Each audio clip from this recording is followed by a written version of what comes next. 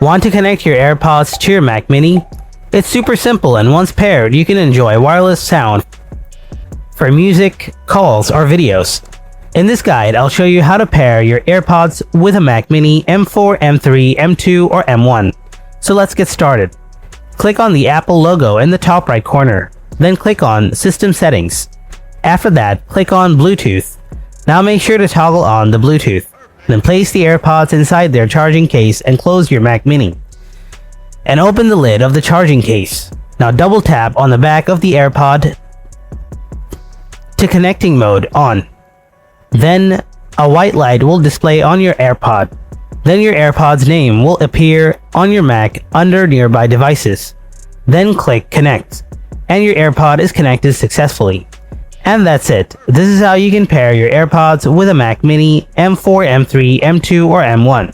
If you found this video helpful, then make sure to hit that like button and subscribe to my channel. Thanks for watching, and I'll see you in the next video.